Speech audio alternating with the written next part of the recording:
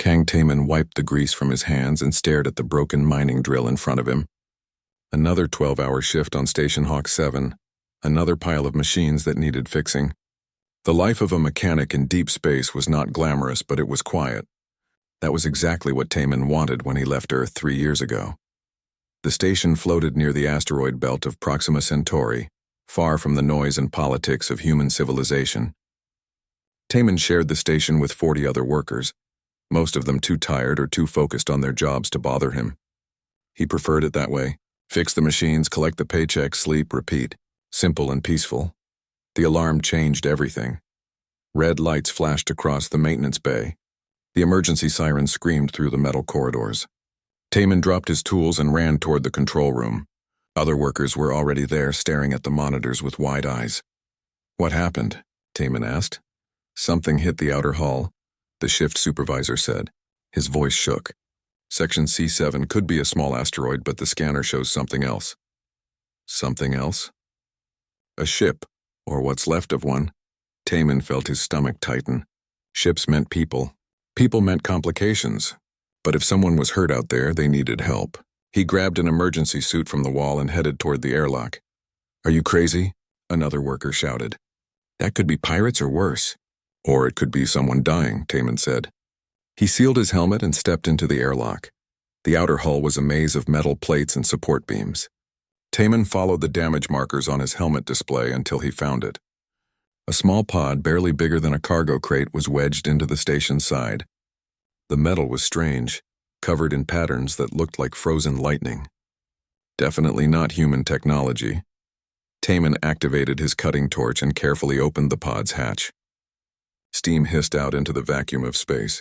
Inside the pod, emergency lights blinked weakly, and there, strapped to a tiny seat, was the strangest thing Taman had ever seen. She was small. Not child small, but genuinely tiny. She could fit in the palm of his hand. Her skin was pale blue and seemed to glow faintly. She wore what looked like royal clothes, all silk and delicate armor. Her hair was white as snow, floating around her face. She was not moving. Taman's training kicked in. He carefully released the straps and lifted her. She weighed almost nothing. Her body was cold, too cold. The pod's life support had failed. He had minutes, maybe less. He rushed back through the airlock, cradling the tiny being against his chest. The other workers scattered when they saw what he was carrying. "What is that thing?" someone yelled. "She needs help," Taman said. "Clear the medical bay." "The medical bay is for humans. We don't know anything about aliens." "Then I'll figure it out." Taman locked himself in the medical bay and placed the tiny alien on the examination table. She was so small that the medical scanners could barely detect her. Her heartbeat was faint, irregular. Her breathing had stopped. Taman had no idea what he was doing. He had basic first aid training, but this was completely different. He studied her chest, watching for any sign of movement. He could see tiny ribs under her skin. Her biology seemed similar to humans, just scaled down. He grabbed a small syringe and modified it, making the needle as thin as a hair. He found the oxygen supply and created a miniature breathing mask from spare parts. His hands shook as he worked. One wrong move and he could hurt her worse. The oxygen mask fit over her face. Taman watched the tiny chest. Nothing. He gently pressed on her sternum with his fingertip, trying to simulate CPR. Press, release, press, release. So careful, so gentle. Finally, she gasped. Her chest rose and fell. The glow in her skin brightened slightly. Taman let out a breath he did not know he was holding. Over the next 4 hours, he built a complete life support system from scratch. He used parts from coffee makers, air filters, and medical equipment. He created a heated chamber to keep her warm, and a nutrient solution based on his best guess of what she might need. It was crude, but it was working. The tiny alien opened her eyes. They were golden like sunlight. She looked at Taman with confusion and fear. Then she saw the makeshift medical equipment around her, and seemed to understand. She spoke, but her voice was so quiet that Taman could barely hear it. He found a microphone and amplifier from the communications room. When he connected it near her, her voice became clear. "You saved me," she said. Her words were strange, but the translator chip in Taman's ear made sense of them. "You were hurt," Taman said. "I had to help." "I am Rena," she said. "Princess Rena of the Valoran Empire." Taman blinked. "Princess? Your royalty?" Yes, I was fleeing. They wanted me to marry someone I did not love. I escaped, but my ship was damaged. I crashed here. Your family will be looking for you. I know. Rena lifted her tiny hand and touched Taman's finger. Where she touched, his skin began to glow with a soft blue light. The glow spread across his hand and then stopped, forming a pattern like a snowflake. What did you just do? Taman asked, staring at his hand. The Savior's Bond, Rena said. In my culture, when someone saves a member of the royal family, they receive this mark. It means you are owed a great debt. I don't want anything. I just wanted to help. Rena smiled sadly. That is noble, but my mother will not see it that way. When she finds me, she will find you too. And she will want to repay the debt. That doesn't sound so bad. You do not understand. The debt must be repaid with a bond. A marriage bond. To me or someone in the royal family. Taman felt his blood go cold. Marriage? I'm not getting married. Especially not to someone I just met. I am sorry, Rena said. But it is our law. And my mother, Queen Hana, does not break the law. Before Taman could respond, the station's alarms blared again. This time, every screen in the medical bay lit up. A massive ship had appeared outside the station. It was 10 times bigger than anything humans had ever built. Its hull shimmered with the same lightning patterns as Rena's pod. A face appeared on the screens. A woman as tiny as Rena but older, with a crown of ice on her head. Her eyes were fierce and cold. This is Queen Hana of Valora, the voice boomed through the station. We have detected our princess on this station. Surrender her immediately, or face the consequences. Taman looked at Rena. The tiny princess looked back at him with guilty eyes. I told you she would come, Rena whispered. The mark on Taman's hand glowed brighter. His quiet life in space had just ended. The station supervisor was having the worst day of his life. Taman could tell by the way the man's hands shook as he spoke into the communication console. Please, Your Majesty, we mean no harm. We found the princess by accident. She crashed into our station. Queen Hana's face on the screen did not change. Her expression was as cold as ice. Bring her to the docking bay, now. Of course, the supervisor said. He looked at Taman. Get the princess. Don't make this worse. Taman carefully carried Rena to the docking bay. The tiny princess sat in his palm, looking nervous. The glowing mark on Taman's hand had not faded. If anything, it seemed brighter now. The docking bay doors opened and 4 figures walked in. They were all tiny like Rena, but they moved with purpose and power. 3 of them wore armor that glowed with energy shields. They were soldiers. The 4th was Queen Hana herself. Even though she was no bigger than Taman's hand, Queen Hana carried herself like a giant. Her crown sparkled with frozen light. Her dress was made of fabric that seemed to flow like water. Her eyes locked onto Taman immediately. You are the one who saved my daughter? She asked. Yes, Your Majesty, Taman said. He carefully lowered his hand so Rena could step onto a platform that the soldiers had set up. Rena rushed to her mother and they embraced. For a moment, Queen Hana's cold expression melted into relief, but then she looked at Taman again and the coldness returned. Show me your hand, she commanded. Taman held up his hand. The blue snowflake pattern glowed on his skin. Queen Hana studied it carefully. One of her soldiers, a stern woman with short dark hair, stepped forward. Your Majesty, the bond is complete, the soldier said. The law is clear. I know the law, Commander Mirai, Queen Hana said. She looked at Taman. Human, do you know what you have done? I saved your daughter's life, Taman said. That's all. That is not all. The Savior's bond is sacred among my people. It means you are now connected to the royal family. By law, you must be given anything you desire as a reward, and you must marry into the royal family to seal the bond. The other workers in the docking bay gasped. The supervisor looked like he might faint. Taman took a deep breath. Your Majesty, I appreciate the honor, but I have to refuse. In human culture, we don't marry people we just met. Marriage is something we choose freely. The silence that followed was deafening. Commander Mirai's hand moved to her weapon. The other soldiers looked shocked. Princess Rena covered her mouth with both hands. Queen Hana stared at Taman for a long moment. Then she did something unexpected. She laughed. It was not a happy laugh. It was the laugh of someone who had just heard something impossible. You refuse? She said. No one has ever refused a royal marriage proposal. Not in 3,000 years of Valoran history. I'm sorry if I offended you, Taman said. but I can't accept. I'm grateful that your daughter is safe, but I don't want any reward. I just did what anyone should do. Queen Hana studied him with new interest. You are either very brave or very foolish. Perhaps both. She turned to Commander Mirai. What do you think of this human? Mirai scowled.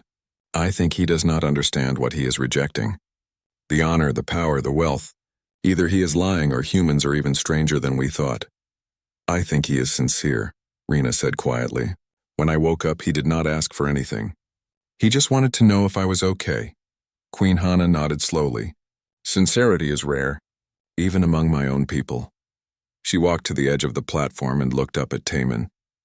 Very well, human. I will respect your choice. For now. Thank you, Your Majesty. But understand this. The Savior's bond cannot be broken. It will remain on your hand for the rest of your life. And the news of what you did will spread. My daughter is not just any princess. She is the heir to the northern continent. Every kingdom on Valora will hear about the human who saved her and rejected the reward. Will that be a problem? Taman asked. Queen Hana's expression was unreadable. That depends. Some will respect your choice. Others will see it as an insult. She paused. Others will see it as a challenge. A challenge? There are 6 great queens on Valora. I am only one of them. We have been rivals for centuries. If word spreads that a human has earned the Savior's bond, the other queens will want to meet you. Some will try to convince you where I have failed. Some will try to force you, and some will simply want to claim you for themselves to gain an advantage over me. Taman felt a chill run down his spine. I just wanted to save someone's life, and you did. But actions have consequences. Queen Hana gestured to one of her soldiers who brought forward a small device. Take this. It is a communication device tuned to my personal frequency. If you need help or if you change your mind, contact me immediately. I won't change my mind. We shall see. Queen Hana turned to leave, then stopped. One more thing, human. What is your name? Kang Taman. Kang Taman, she repeated as if testing the name. I will remember it. And so will everyone else. The Velarin royal family left the station as quickly as they had arrived. Their massive ship disappeared into the darkness of space. The station workers stood in stunned silence. The supervisor approached Taman slowly. Do you have any idea what you just did? I refused a marriage proposal, Taman said. You refused a queen. An alien queen with technology that could destroy this entire station with one shot. She seemed to take it well. She gave you a warning. Other queens are coming. The supervisor ran his hands through his hair. This is bad. This is very bad. You need to leave the station today. What? Why? Because if alien royalty starts showing up here looking for you, we're all in danger. I can't risk the safety of 40 workers for one mechanic. I'm sorry, Taman, but you're fired. Pack your things. Taman wanted to argue, but he understood. He had brought danger to the station, even if he had not meant to. He nodded and went to his quarters. As he packed his few belongings, Princess Rena's voice came from the communication device. Taman? Can you hear me? He picked up the device. Yes, Princess, I am sorry. I did not mean to ruin your life. You didn't ruin anything. I made my choice. My mother was telling the truth. The other queens will come. Queen Jiwan of the south is cunning and ruthless. Queen Unji of the east is a warrior who takes what she wants. Queen Sora of the west is charming but manipulative. Queen Yuna of the center has more wealth than you can imagine. And Queen Diane of the Arctic? Rena's voice became frightened. She is the most dangerous of all. Why are you telling me this? Because I feel responsible, and because I think you should run. Run as far as you can. I'm not running, Taman said. I'll deal with this if it happens. You do not understand how powerful they are. Maybe not. But I understand that I did the right thing. I saved your life. I don't regret that. There was a long pause. You really are different from anyone I have ever met. Is that good or bad? I do not know yet, Taman smiled. Fair enough. After they disconnected, Taman finished packing and prepared to leave the station. As he walked toward the shuttle bay, he looked at the glowing mark on his hand. It pulsed softly like a heartbeat. He had no idea what was coming, but Queen Hana's words echoed in his mind. Actions have consequences. He had saved a princess. Now he would have to face whatever came next. In the darkness of space, 5 more ships changed course. They were all heading toward Station Hawk 7. The hunt had begun. Taman had managed to find work on a transport ship that ran supplies between mining stations. It was temporary work, but it paid enough for food and a sleeping pod. He thought the chaos was over. He was wrong. The first ship arrived 3 days after he left Station Hawk 7. The transport captain received a message demanding Taman's presence. When Taman arrived at the bridge, he saw a face on the screen that was not Queen Hana. This queen was different. Her hair was dark and cut short. Her eyes were sharp and calculating. She wore black and silver robes that seemed to shift like shadows. "I am Queen Jiwan of the Southern Continent," she said. Her voice was smooth like honey. "I have heard about you, Kang Taman, the human who saved Princess Rena and rejected Queen Hana's proposal." "Word travels fast," Taman said. "News of the Savior's bond always travels fast. It is rare, sacred, and very valuable." Queen Jiwan smiled. "I believe Queen Hana approached this incorrectly. She tried to command you, but I understand humans better than she does. You value choice and free will, so I will not command. I will offer." A beam of light shot from her ship to the transport. When it faded, a large container sat in the cargo bay. The captain opened it carefully and gasped. Inside were devices and technologies that humans had never seen before. Glowing crystals, advanced medical equipment, and data drives. "That is just a sample," Queen Jiwan said. "Marry into my family and I will share all of our technology with humanity. Your species will advance 1,000 years in a single generation. Think of what you could do with that power. Cure diseases. End hunger. Explore the galaxy." It was tempting. Taman could not deny that. But something felt wrong. "Why do you want this so badly?" he asked. Queen Jiwan's smile did not change, but her eyes hardened. "Let us say that having the savior of Princess Rena in my family would bring me great prestige. And prestige brings power. So this is about politics. Everything is about politics. But that does not make the offer less real. Think about it, Taman. You have 3 days to decide." Her ship disappeared into faster-than-light travel. The captain looked at Taman with wide eyes. "Are you insane?" "She just offered to advance all of humanity." "She offered to do it if I marry her family," Taman said. "That's not the same thing." Before anyone could respond, another ship appeared. This one was red and gold, covered in weapons. The new face on the screen made the captain step back in fear. Queen Yunji of the Eastern Continent looked like a warrior goddess. She wore battle armor even on her command deck. Scars crossed her tiny face. Her eyes burned with intensity. "Kang Taman," she said, "I challenge you." "Challenge me to what?" "Combat. You will face 3 trials of strength and skill. If you pass all 3, you may refuse me. If you fail even one, you will marry into my family and become a warrior prince." "I'm not a fighter," Taman said. "Then you will lose, but at least you will lose with honor." Yunji grinned. "I do not want a husband who hides behind words and politics. I want someone brave enough to face danger. You saved Princess Rena. That took courage. Now show me if that courage extends to combat. And if I refuse the challenge, then you are a coward and I will tell the entire galaxy. Your name will be known as the human who runs from battle." Taman sighed. "When do these trials start?" "Tomorrow. Prepare yourself." Her ship launched several pods toward the transport. Inside the pods were training weapons and armor. The other crew members looked at Taman like he was crazy. "You're actually going to fight an alien warrior, Queen?" someone asked. "I don't think I have a choice," Taman said. That night, as Taman tried to sleep, 2 more ships arrived. Queen Sora of the Western Continent sent a personal message.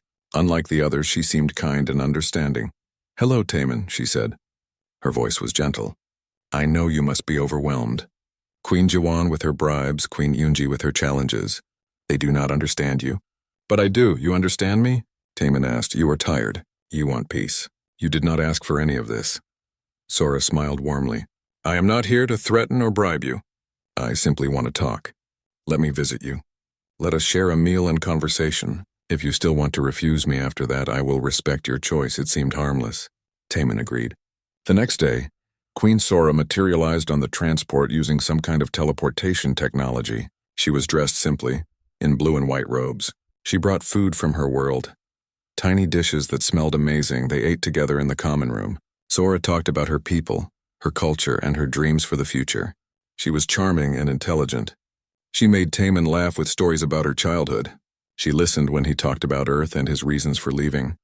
"You are running from something," she said softly, "just like Princess Rena was running." "Maybe.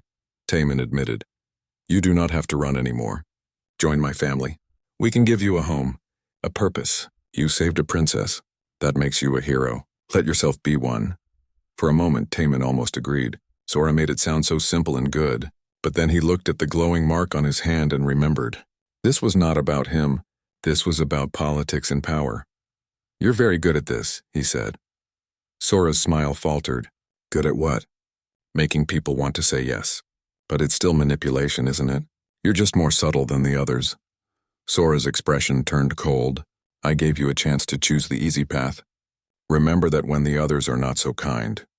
She teleported away without another word. The next ship brought Queen Yuna of the Central Continent. She did not even appear on screen. Instead, she sent a representative who rolled out a holographic contract. Queen Yuna offers the following, the representative said in a bored voice. 50 million credits in Earth currency. A private planet for your personal use. A fleet of ships. Access to the Central Bank of Valora. A palace, a title. And a guarantee that you will never have to work another day in your life. The numbers were staggering. Life-changing. The other crew members stared at the hologram with open mouths. What does she want in return? Taman asked. Marriage to her youngest daughter. A purely ceremonial arrangement. You would not even have to live together. Just sign the contract and the wealth is yours. No, Taman said. The representative blinked. You did not even negotiate. I don't want her money. Tell Queen Yuna thank you, but I'm not interested. The representative looked genuinely confused. No one refuses Queen Yuna. She is the wealthiest being in 3-star systems. Then this will be a new experience for her. After the representative left, the captain approached Taman. Are you trying to make enemies? You just insulted 4 queens in 4 days. I'm not trying to insult anyone. I'm just being honest. Honest is going to get you killed. The captain was right to worry. That night, a 6th ship appeared. This one was black as deep space. It had no lights, no markings. It was like a hole in the stars. The face that appeared on the screen made everyone on the transport feel cold. Queen Daeun of the Arctic territories did not smile. She did not make offers. She simply stated facts. Kang Taman, you have refused 5 queens. This shows either great wisdom or great stupidity. I am here to determine which. And if it's stupidity, Taman asked, then I will not give you a choice. In 3 days you will be brought to Valora. Our ancient law allows for the trial of worthiness.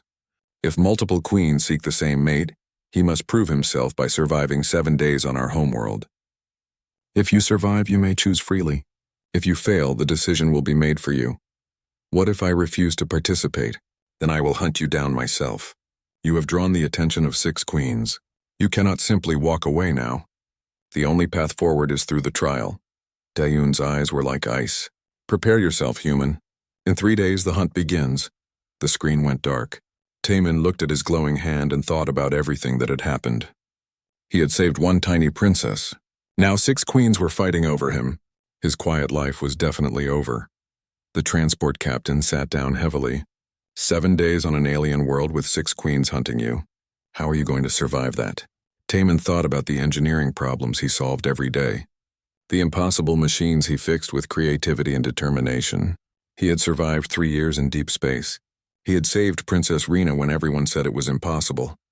The same way I survive everything else, he said, one problem at a time. Taman had never seen a planet as beautiful as Valora. From orbit, it looked like a frozen jewel covered in blue and white swirls. Crystal forests sparkled across entire continents. Mountain ranges glowed with internal light. The oceans shimmered with colors that did not exist on Earth. Queen Daeun's ship brought him down in silence. No one spoke. No one explained what would happen. They simply dropped him in the middle of a crystalline forest and gave him a pack with basic supplies. 7 days, Commander Mireille said. She was one of Queen Hana's soldiers, but apparently she was also the official referee for the trial. Starting now. Wait, Taman said. You're not going to explain the rules? The rules are simple, survive. 6 queens have sent their best hunters to track you. If they catch you, they will bring you to their queen and the choice will be made for you. If you survive all 7 days without being caught, you earn the right to refuse everyone. Can the hunters hurt me? They are forbidden from killing you. Beyond that, anything is permitted. Mireille looked at him with something like pity. You seem like a decent person, Taman. But you are in a game played by beings far more powerful than you. I hope you understand what you have gotten yourself into." Before Taman could respond, she vanished. He was alone in the crystal forest. The trees around him were not really trees. They were formations of living crystal that grew from the ground like towers. They hummed with a low vibration that he could feel in his bones. The air was cold but breathable. The sky above was a strange purple color with 2 moons visible even during the day. Taman opened his pack. Inside he found water, concentrated food bars, a thermal blanket, and a basic multi-tool. No weapons, no communication device. He was truly on his own. He started walking. If he was going to survive 7 days, he needed to understand this environment. The crystal trees were sharp and could cut through his clothes if he was not careful. The ground was covered in a moss-like substance that glowed faintly when he stepped on it. That was a problem. His footprints would glow in the dark. After 2 hours of walking, Taman heard something behind him. He ducked behind a crystal formation and waited. 3 small figures appeared, moving through the forest with incredible speed. They wore armor that seemed to shift colors to match their surroundings. Hunters. Taman held his breath. The hunters stopped exactly where he had been standing 5 minutes ago. One of them knelt and touched the glowing moss. She spoke in Velaran, but Taman's translator chip picked it up. Fresh tracks. He went north. Queen Jiwan will be pleased. They moved in his direction. Taman ran. He was not as fast as the Valoran hunters, but he was bigger. He could jump over obstacles they had to climb. He could push through crystal branches that they had to navigate around. He used his size as an advantage and managed to lose them in a dense part of the forest, but he knew they would find him again. The glowing footprints were too easy to follow. Taman stopped and thought. This was an engineering problem. He needed to hide his tracks. He looked around and noticed that the crystal formations reflected light in strange ways. He took off his jacket and tore it into strips. Then he wrapped his boots with the fabric, tying it tight. When he walked now, the glowing moss barely reacted. He spent the rest of the day covering his tracks and moving carefully. By nightfall, he found a cave in the side of a crystal cliff. It was small but defensible. He could see anyone approaching from inside. That night, he heard voices outside. Queen Unji's hunters had found the area. They were searching systematically, checking every cave and crevice. Taman pressed himself against the back wall and stayed absolutely still. A hunter appeared at the cave entrance. She was tiny but carried a weapon that glowed with energy. She scanned the cave with some kind of device. Taman's heart pounded. If she came inside, he was caught, but she did not enter. The device showed the cave was empty, probably because Taman was pressed against crystal that interfered with the scan. The hunter moved on. Taman did not sleep that night. He spent the hours thinking and planning. The hunters had technology that was far superior to anything he had. They knew this world. They were faster and more skilled. He could not win by fighting them, but he could win by thinking differently. Humans had survived for thousands of years, not because they were the strongest or fastest, but because they could adapt and think creatively. On the second day, Taman found a stream of liquid that flowed through the crystal forest. It was not water.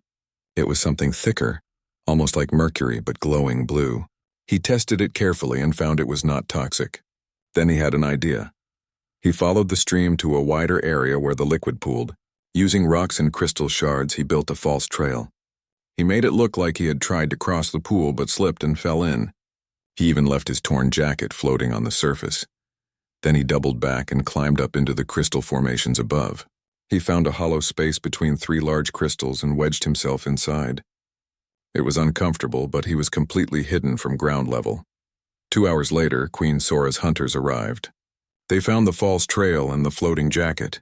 One of them dove into the pool to search for him. The others spread out along the banks. They spent 3 hours searching the area before finally giving up and moving on. Taman smiled. His trick had worked, but he knew he could not use the same trick twice. These hunters would learn from their mistakes. On the 3rd day, the hunt became more serious. All 6 Queen's forces were now working together, creating search grids that covered huge areas. Taman could hear them communicating through the air, their voices amplified by technology. They were getting frustrated. No one had ever evaded capture this long in a trial of worthiness. Taman found an area where the crystal formations created natural mirrors. He used them to watch the hunters without being seen. He learned their patterns. Queen Jiwan's hunters moved in precise formations. Queen Unji's hunters were aggressive and direct. Queen Sora's hunters used drones. Queen Yuna's hunters had the best equipment, but were not very skilled. Queen Daeun's hunters moved alone and were by far the most dangerous. He did not see any hunters from Queen Hana. That was strange. On the fourth night, Taemin made a mistake. He was exhausted and hungry. He had been eating the food bars sparingly, but they were running out. He saw something that looked like fruit growing on a crystal tree and reached for it. The moment he touched it, an alarm shrieked. The fruit was a trap. Lights exploded around him, illuminating his position. Hunters appeared from every direction. Taemin ran. He had no choice. He ran through the forest as fast as he could, not caring about tracks or noise. Behind him, the hunters were closing in. He could hear Queen Daeun's voice, cold and commanding. "The human is mine. All hunters fall back." The other hunters obeyed. Now it was just Taemin and Queen Daeun's personal hunter. He looked back and saw her. She was different from the others, faster, more skilled. She moved through the crystal forest like a shadow. Taemin ran until he reached a cliff edge. Below was a drop of at least 50 meters. Behind him, the hunter appeared. She raised her weapon. "It is over, human," she said. "You ran well. But Queen Daeun always wins." Taemin looked at the cliff, then at the hunter, then at his glowing hand. The savior's bond pulsed like a heartbeat. He made a decision. He jumped. The hunter screamed and rushed to the edge. But when she looked down, Taemin was not falling. He was hanging from a crystal branch that jutted out from the cliff face. He had grabbed it mid-fall. He climbed along the cliff face, finding handholds in the crystal formations. It was dangerous and painful. The crystals cut his hands. But he made it to a ledge and pulled himself up. The hunter could not follow. She was too small to make those jumps. She stared at him in disbelief. "Impossible," she whispered. Taemin gave her a tired smile. "I'm human. We do impossible things." As he disappeared into the night, the hunter reported back to Queen Daeun. For the first time in the trial, one of the queens smiled, not with anger but with respect. "Interesting," Queen Daeun said. "Very interesting." Taemin had survived 4 days. 3 more to go. But he was running out of places to hide. And in the distance, he could see the hunters regrouping. They were changing tactics. The real hunt was about to begin. Taemin's hands were covered in cuts from the crystal formations. His food was gone. His water was almost out. He had been running for 5 days straight with barely any sleep. His body was reaching its limit. On the morning of the 5th day, he heard something different. Not hunters behind him, but voices ahead. He moved carefully through the forest until he could see what was happening. 3 groups of hunters had cornered each other in a valley between crystal cliffs. Queen Jiwan's forces faced Queen Yunji's warriors, while Queen Yuna's expensive hunters watched from the side. They were arguing. "The human went this way," one of Queen Jiwan's hunters insisted. "We found fresh tracks." "Those tracks were planted," Queen Yunji's warrior said. "He is smarter than you think." "He went north." "You are both wrong," Queen Yuna's hunter said. "Our scanners detected him to the east." While they argued, Taemin realized something. The hunters were so focused on competition with each other that they were losing track of their real goal. The 6 queens might be working together, but their forces were not. Each group wanted the glory of capturing him for their own queen. He could use that. Taemin created 3 false trails, each one leading in a different direction. He used techniques he had learned over the past 5 days. Torn fabric here, disturbed moss there, even a few drops of his own blood on crystal branches. Each trail looked real enough to fool the scanners. The 3 groups of hunters split up, each one following a different false trail. Taemin went in the 4th direction, straight through the middle of where they had been standing. But his luck ran out an hour later. He stumbled into a clearing and found himself face to face with Queen Daeun's personal hunter. The same one he had escaped from at the cliff. She smiled coldly. "No cliffs to jump off here, human." Taemin raised his hands. He was too tired to run anymore. "Are you going to take me to your queen?" "That is the plan." The hunter moved closer, her weapon ready. "But I am curious. How did a human survive this long? You have no training, no technology, no advantages." "I have one advantage," Taemin said. "I think differently than you do." "That will not save you now." Before she could reach him, an energy blast hit the ground between them. The hunter jumped back, her weapon raised. From the crystal trees above, Princess Rena appeared, riding on some kind of floating platform. "Leave him alone," Rena said. The hunter looked shocked. Princess? What are you doing here? Helping someone who saved my life. Rena's platform descended. Step away from him. I cannot. This is the trial of worthiness. You know the law. I know the law. I also know that this trial is wrong. 6 queens hunting 1 man. This is not honor. This is cruelty. The hunter hesitated. She served Queen Dayun, but Princess Rena was still royalty. The conflict showed on her face. Rena took advantage of the hesitation. She pressed a button on her platform and a blinding light filled the clearing. When Taemin's eyes adjusted, the hunter was gone, teleported somewhere else. Rena's platform expanded and she pulled Taemin onto it. Hold on, she said. They flew through the crystal forest at incredible speed. Behind them, Taemin could hear alarms and shouts. The other hunters knew something had happened. Why did you help me? Taemin asked. Because you were right, Rena said. About choice. About freedom. My mother was trying to force you into something you did not want. All the queens were. It was not fair. You could get in trouble for this. I am already in trouble for running away. What is a little more? Rena's platform took them to a massive fortress built into the side of a mountain. The entire structure was made of ice and crystal, glowing with internal light. Guards stood at the entrance, but they bowed when they saw Rena. Where are we? Taemin asked. My mother's fortress, the northern palace. You will be safe here. They landed on a balcony high up the mountain. Queen Hana was waiting for them, her expression unreadable. So, she said, my daughter has brought me a gift. Mother, this is wrong, Rena said. The trial, the hunting, all of it. He saved my life. We should be thanking him, not chasing him like an animal. Queen Hana studied Taemin. He was exhausted, bleeding, barely able to stand. You have survived 5 days. That is impressive. Only 3 others have lasted this long in all of history. Did they survive the full 7? Taemin asked. No. They all accepted offers before the trial ended. The hunt breaks even the strongest eventually. Hana walked closer to him.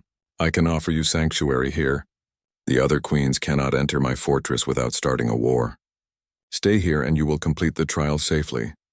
What do you want in return? Honesty. I want to know why you refuse us. Not just me, but all 6 queens. We have offered you everything. Wealth, power, technology, honor. What could possibly be worth more than that? Taemin sat down on the balcony. His whole body hurt. But he needed to answer this question clearly. On Earth there is a story, he began, about a king who had so much gold that he could not lift his own crown.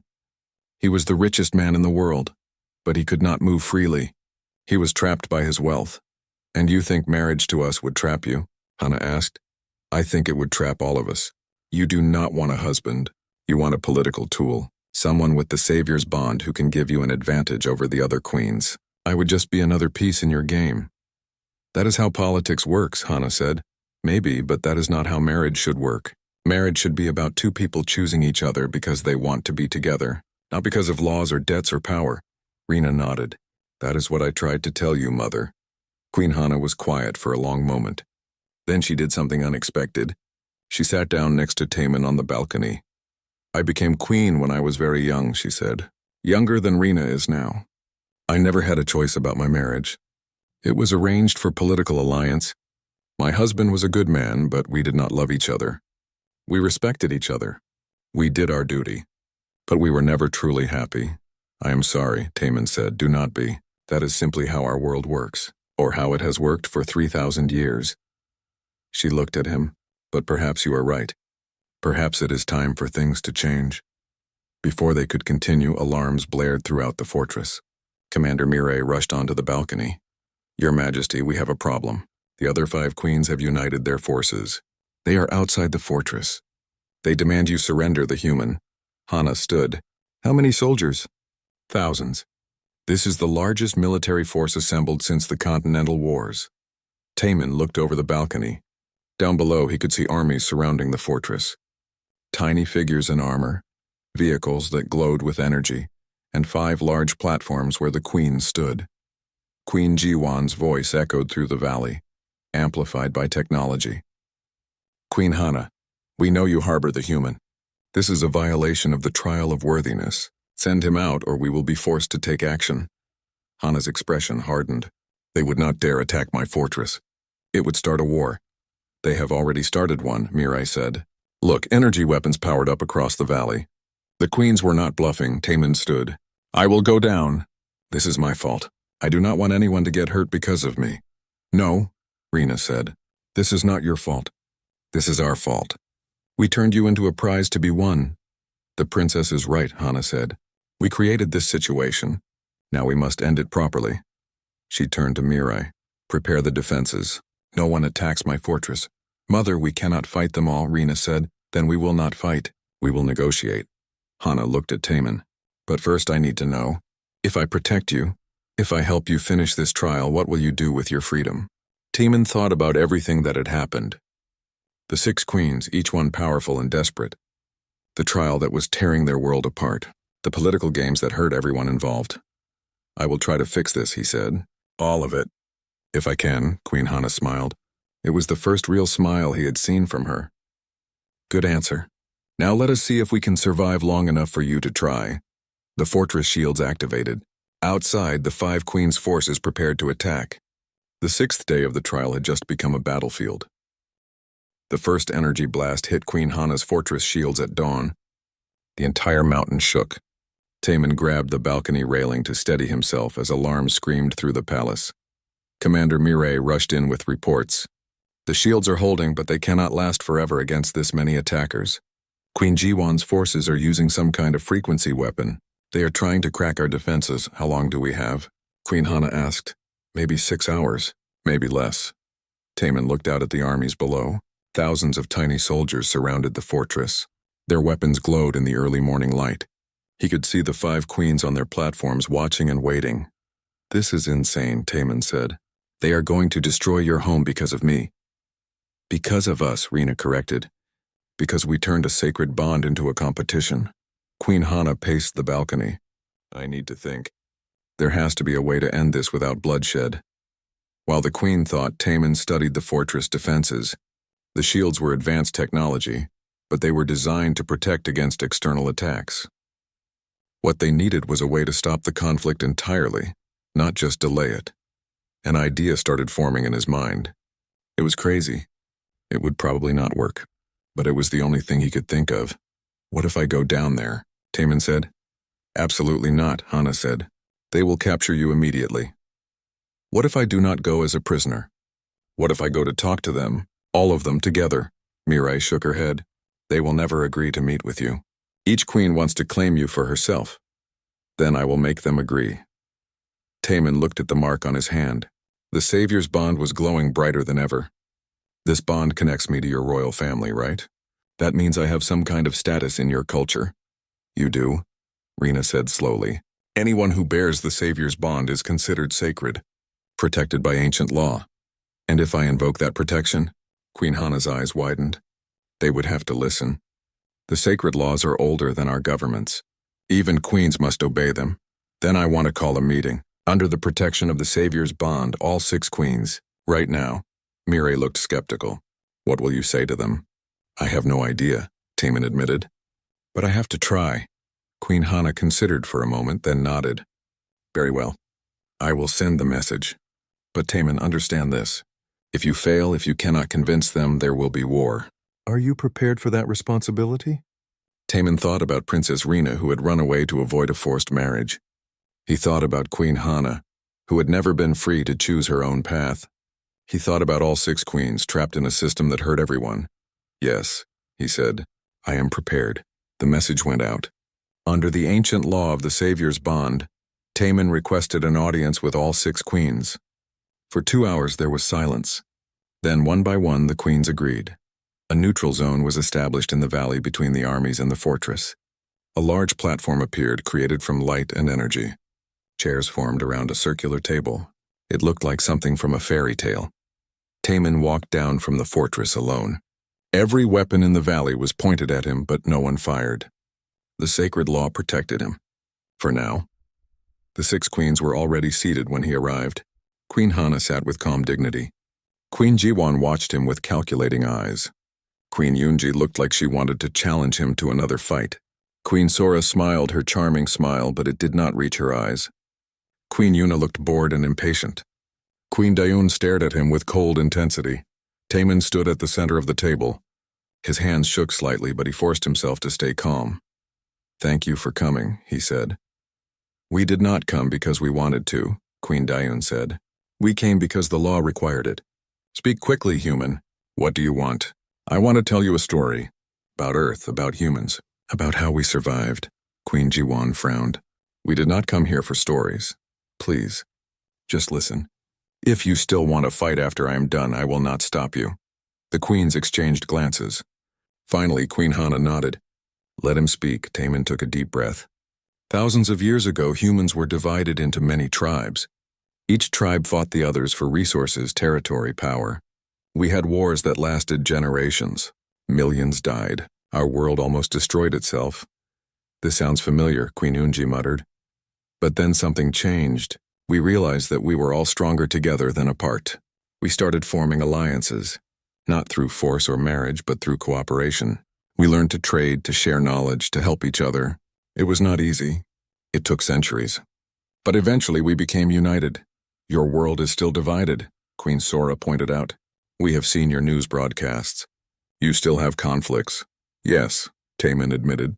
"We are not perfect. We still argue and compete.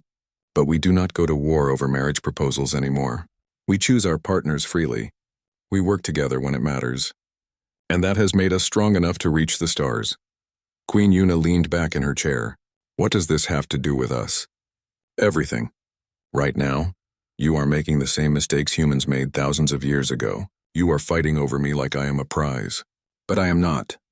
I am just a person, and this conflict is not really about me at all. It is about power, about which queen will have the advantage." "Of course it is about power," Queen Dayan said. "That is how the world works. But it does not have to." Taman looked at each queen in turn. "I have met all of you. Queen Jiwan, you offered me technology because you want to advance your people. Queen Unji, you challenged me because you value strength and courage. Queen Sora, you tried to connect with me because you care about relationships. Queen Yuna, you offered wealth because you believe in prosperity. Queen Dayan, you hunted me because you respect determination. And Queen Hana, you gave me sanctuary because you understand sacrifice." The queens were silent, listening now. "Each of you has something valuable to offer, not just to me but to each other. If you stopped competing and started cooperating, you could make Valora stronger than it has ever been." "Cooperation?" Queen Jiwan said. "Between rival queens? Impossible. We have been enemies for 300 years, only because you choose to be." Queen Hana told me about the continental wars, about how much suffering they caused. "Do you really want to start those wars again?" "Over me!" Queen Yunji stood suddenly. "He is right. This is ridiculous. I came here to test a warrior, not to start a war over politics." "Sit down, Yunji," Queen Dayon said, but her voice was less cold than before. "No, I have heard enough." Yunji looked at Taman. "You have courage. I respect that. But I do not need a husband who is forced to marry me. That is not strength. That is weakness." She stepped away from the table. One queen down. 5 to go. Queen Sora spoke next. "I tried to make you feel comfortable, to show you that marriage to my family could be good. But I see now that I was manipulating you, just like I manipulate everyone." She looked sad. "You deserve better than manipulation." She joined Queen Unji, 2 queens down. Queen Yuna sighed. "I thought I could buy you. I can buy almost anyone. But you are different. Annoying but different." She stood. "Keep your freedom. I have enough problems without adding a stubborn human to the list." 3 queens down. Queen Jiwan remained seated, thinking hard. Finally, she spoke. "I still believe that an alliance with you would benefit my people. But you are right. Forcing you into it would taint everything. If there is to be cooperation between our worlds, it should be genuine." She stood and bowed slightly. "I withdraw my proposal." 4 queens down. That left Queen Dayon and Queen Hana. They looked at each other across the table. "Well?" Hana said. "Will you continue this madness, Dayon?" Queen Dayon stared at Taman for a long time.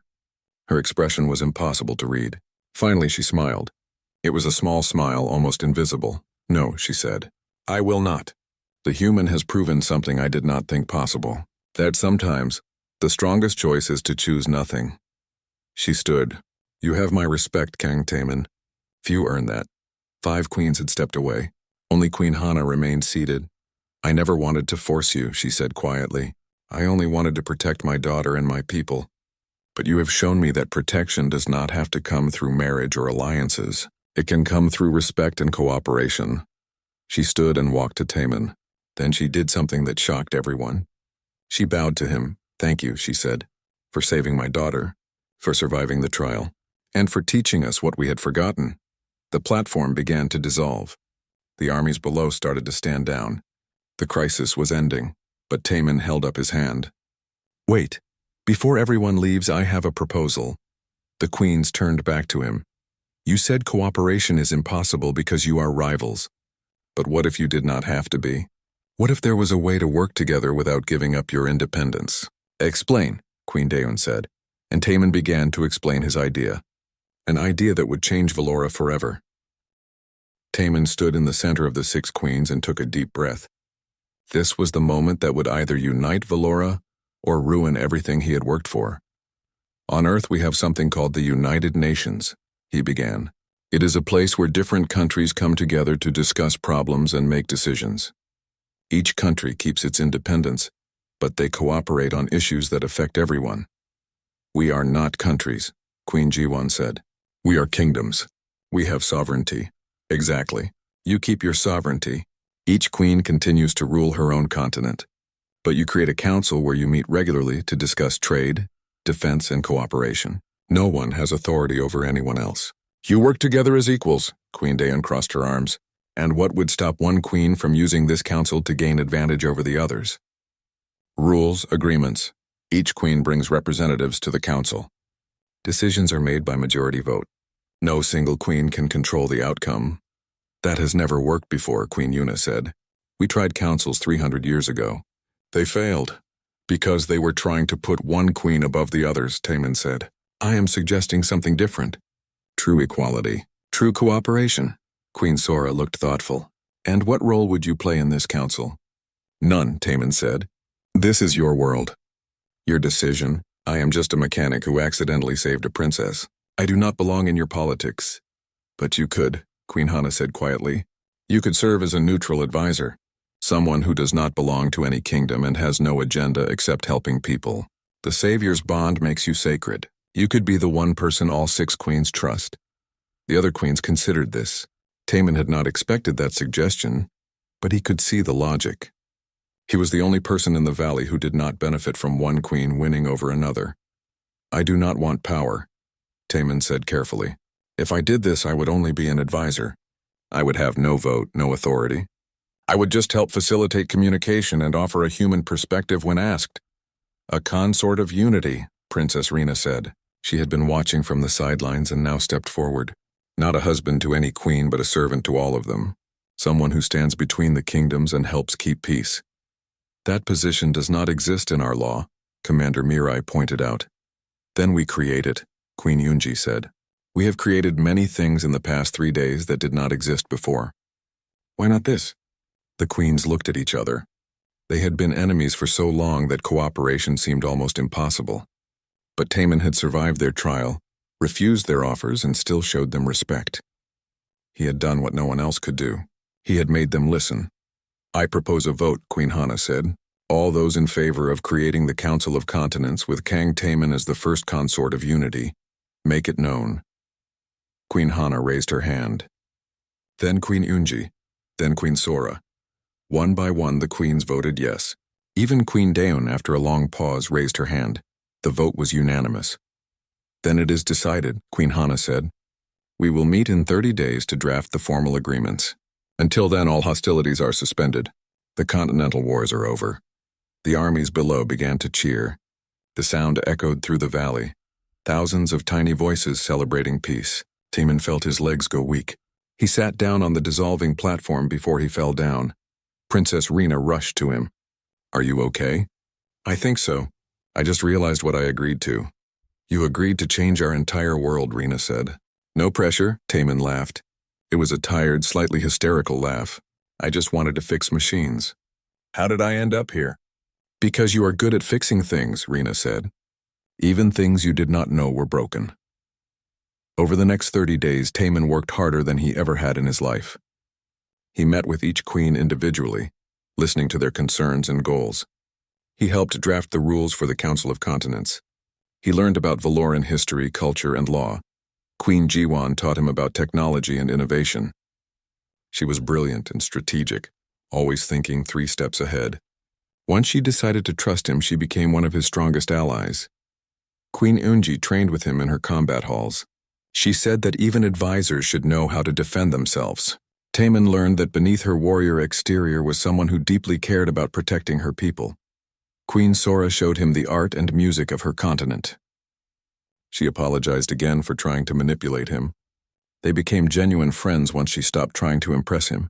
Queen Yuna was harder to connect with, but Taemin discovered she loved engineering. They spent hours designing new systems for trade and communication between continents. Her wealth was not just for luxury. She wanted to build things that would last. Queen Dayan remained distant, but Taemin noticed she often sent him information that helped him understand complex political situations. She was protecting him in her own cold way. And Queen Hana became like a mentor. She taught him about leadership and sacrifice. She told him about the daughter she was raising to be a better queen than she had been. When the 30 days ended, the first meeting of the Council of Continents took place in a newly built neutral structure. It was built on the border where all 6 continents met, a place that had once been a battlefield and was now a symbol of cooperation. The first meeting was tense. The queens argued about trade routes, resource sharing, and military agreements. But they argued with words, not weapons. They negotiated, compromised, and eventually reached agreements that benefited everyone. Taemin sat at a small table off to the side, taking notes and occasionally offering suggestions. He did not make decisions. He just helped the queens communicate with each other. It was not perfect. There were arguments and setbacks. Queen Dayan and Queen Jiwan nearly started a trade war in month 2. Queen Unji and Queen Yuna had a fierce debate about military cooperation in month 4. But every time things seemed ready to fall apart, the queens remembered what had brought them together. They remembered the human who had refused to be a prize and had instead shown them a better way. 2 years passed. The Council of Continents became a permanent institution. Trade flourished. Technology advanced. The people of Valora began to travel between continents freely for the first time in 300 years. Taemin continued to work as a mechanic. He designed ships that could travel between the continents efficiently.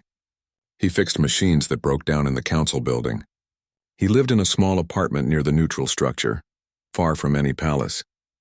Princess Rina visited him often. She was learning to be a leader like her mother, attending council meetings and studying diplomacy. She brought him meals from her home continent because she said he did not eat enough. One evening, as they shared dinner in his workshop, Rina asked the question she had been holding back for months. Do you ever regret it, choosing this instead of marriage to one of them? Taemin thought about it. No, this is harder than I expected. Some days I want to quit, but this matters. What we are building here matters. My mother says you saved our world twice, once when you saved me and once when you refused us. I just made some suggestions. You did more than that. You showed us that we had a choice, that we could choose cooperation over competition.